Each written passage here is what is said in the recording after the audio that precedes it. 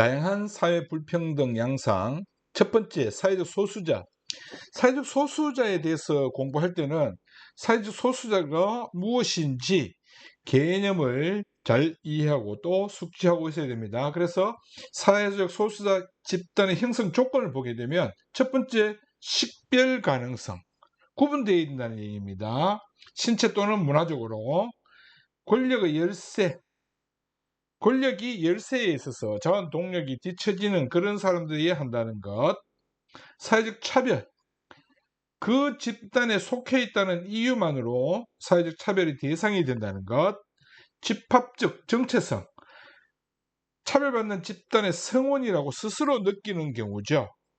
이 네 가지 조건을 갖추어야 사회적 소수자 집단이라고 할 수 있다. 이 문제에 대해서는 독해 문제가 많이 나오게 됩니다. 그래서 반드시 이 사회적 소수자 집단의 형성 조건을 잘 숙지하고 있도록 해야 된다는 것. 두 번째는 성불평등 현상에 대해서는 표분석 또는 집단의 크기 산출 방법이 많이 출제되게 됩니다.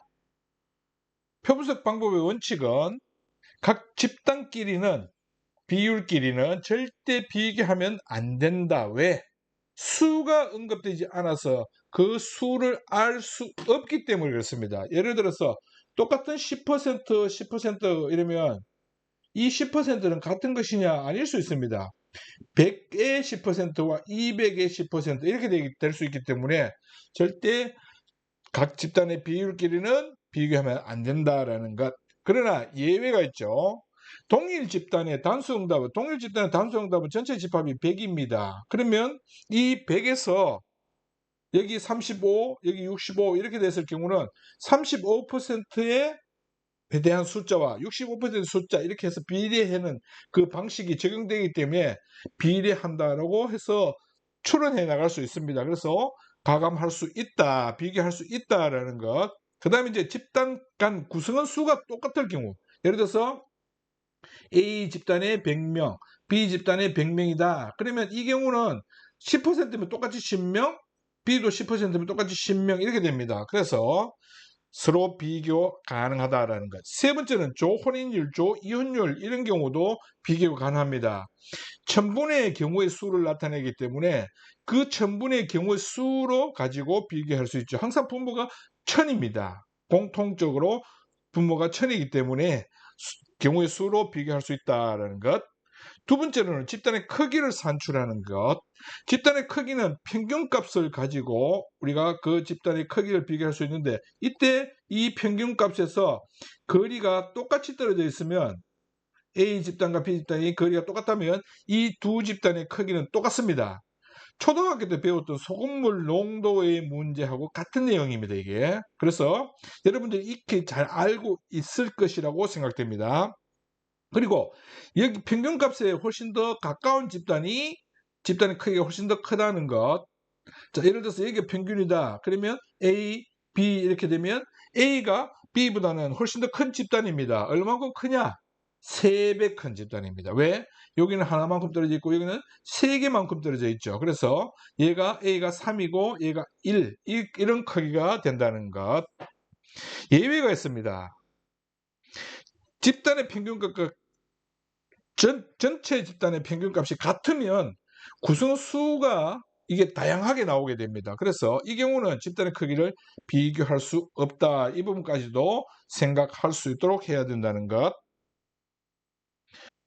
성불평등 현상의 이제 개념을 보게 되면 성불평등 현상의 원인, 차별적인 사회화로 인해서 성불평등 현상이 발생하고 가부장제의 바탕을 둔 사회 구조, 주로 이제 사회 구조와 관련시켜서 거시적인 차원으로 접근하게 됩니다. 그렇죠? 빈곤. 마지막으로 이 빈곤은 우리가 꼭 알아둬야 할 것이 빈곤의 의미가 뭔지, 그리고 절대적 빈곤이 뭔지, 상대적 빈곤이 뭔지를 알아둬야 됩니다.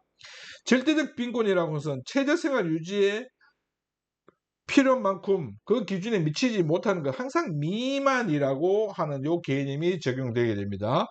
상대적 빈곤은 중위소득의 50% 미만, 마찬가지 미만입니다. 50% 미만. 그랬을 경우에 자, 키를 이렇게 비교해 봤을 때 소득이 제일 큰 사람의 이제 가구를 그냥 쭉 나열시킵니다. 그랬을 경우 중간에 해당되는 게 요게 중위입니다. 그림에서 나와 있는 것처럼 요 5.5분위가 중위가 되겠죠. 그랬을 경우 이 5.5분위에 해당되는 소득의 크기가 이만큼밖에 안 된다는 얘기입니다. 실제로 5.5분의 분위의 크기가 정 가운데 있는 게 아니라 그보다는 더 낮게 됩니다. 왜 그러냐면 로렌츠 곡선을 그려보게 되면 이게 완전 평등하게 되면 직선이 되겠죠. 그런데 이렇게 곡선이 그려지기 때문에 실제 차지하는 비율은 그렇게 많지 않죠. 여기가 50%를 한다고 하더라도 한 35% 이렇게밖에 안 된다는 얘기입니다. 소득 점유율이. 그래서 중위소득은 요만큼 정도밖에 안 됩니다. 그 중위소득의 50% 미만. 이게 바로 상대적 빈곤이다라는 것. 이 경우 상대 빈곤율이 더 크기 때문에 최저 생계비보다는 더 높은 위치에 있다는 겁니다. 두 번째는 이제 절대적 빈곤이 더 큰 경우는 최저 생계비가 중위소득이 50% 미만보다 더 높게 됩니다. 세 번째는 지금 우리나라에서 이제 상대적 빈곤율을 가지고 여러 가지 복지 제도를 시행한다라고 이제 시행하고 있는데 그 경우 중위소득의 50%와 최저 생계비가 같다는 얘기입니다. 그래서 둘을 미만 적용하더라도 똑같기 때문에 거기에 대한 문제는 꼼꼼하게 따지는 이런 문제 예전에 한번 나왔다가 오류가 발생한 적이 있어서 더 이상 출제되지 않을 것이라고 생각이 됩니다. 절대적 빈곤율과 상대적 빈곤율과의 관계에 대해서 알아보게 되면 여기가 가구 수로는 딱 중간이죠. 이 경우를 우리가 중위라고 합니다. 중위. 그래서 이 중위가 가지고 있는 소득의 크기를 보면은 여기에 있을 것처럼 생각되는데 실제로 로렌츠 곡선에서 보게 되면 50%라고 하는 것이 사람의 비율입니다. 그러면 이 로렌츠 곡선을 따라 올라가게 되면 완전 평등하게 되면 똑같은 50% 되겠죠, 여기가.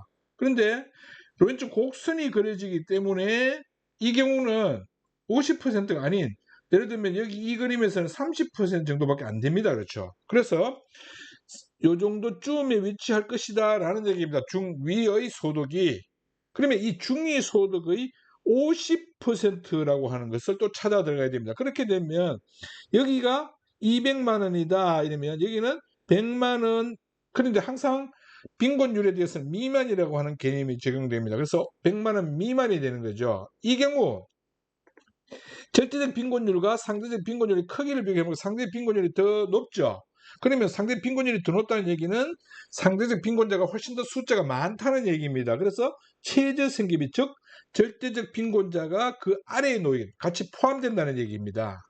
두 번째 경우는 절대적 빈곤율이 더 높은 경우입니다. 상대 빈곤율보다. 그럴 경우는 중위소득의 50%보다 최저생계비보다 위에 놓여지게 되죠. 그래서 200만 원 이렇게 됐을 경우 100만 원 미만 이렇게 되는데 얘는 120만 원 뭐 이렇게 된다는 얘기입니다. 이게. 절대 빈곤율과 상대 빈곤율이 같은 경우는 중위소득이 있으면 그 중위소득 50%와 최저생계비가 같다는 얘기예요. 정리해보면 여기서 굉장히 중요한 건 뭐냐면 일단 기본적으로 중위라고 하는 것은 사람들 수를 쭉 나열했을 때 그 구성 비율이 어디 있느냐 이 얘기입니다. 그렇죠? 딱 중간이죠. 그건 5.5분입니다. 정확하게 얘기하면. 그랬을 경우 이 중위의 소득은 완전 평등한 경우에는 50% 점유를 하겠죠. 소득을. 그런데 로렌츠 곡선으로 현실에서는 나타나기 때문에 지금 그림을 그려보면 30% 조금 넘게 되게 됩니다. 그렇죠? 이러한 양상이 정의된다. 그래서 중위소득은 실제로 5분위 의 가운데라고 생각할 수 있는 이 부분보다는 낮은 곳에 위치하게 됩니다. 그래서 거기에서 50%, 즉 이 중위소득의 크기가 200만 원. 우리가 착각하기 쉬운 게 예를 들어서 1000만 원이다. 그러면 500만 원 이렇게 생각하면 안 됩니다. 왜? 이게 1000만 원이라고 해서 소득의 크기가 중간인 지점을 찾아 들어가는 게 아니라 가구의 수를 중간으로 찾아 들어가는 겁니다. 그랬을 경우 1000만 원 굉장히 많은 점유율을 하고 있지만 내려오면서 이제 점유율이 낮아지게 됩니다. 론지 곡선에서 보는 것처럼 이렇게 낮아지게 되죠. 그렇죠? 그래서 낮아지면서 50% 즉 중위소득에 오게 되면 200만 원 정도 소득밖에 안 된다 이 얘기입니다. 그래서 경우 이 200만 원이 중위소득이고 200만 원의 50%가 중위소득의 50% 미만 이렇게 됩니다. 그러면 이 사람이 가지고 있는 소득은 100만 원 미만이라는 얘기예요. 한 달에. 그랬을 경우 이 중위소득 50% 미만이라고 하는 이 개념을 찾는 것이 굉장히 중요하다는 얘기입니다. 꼭 명심할 수 있도록 하기 바랍니다.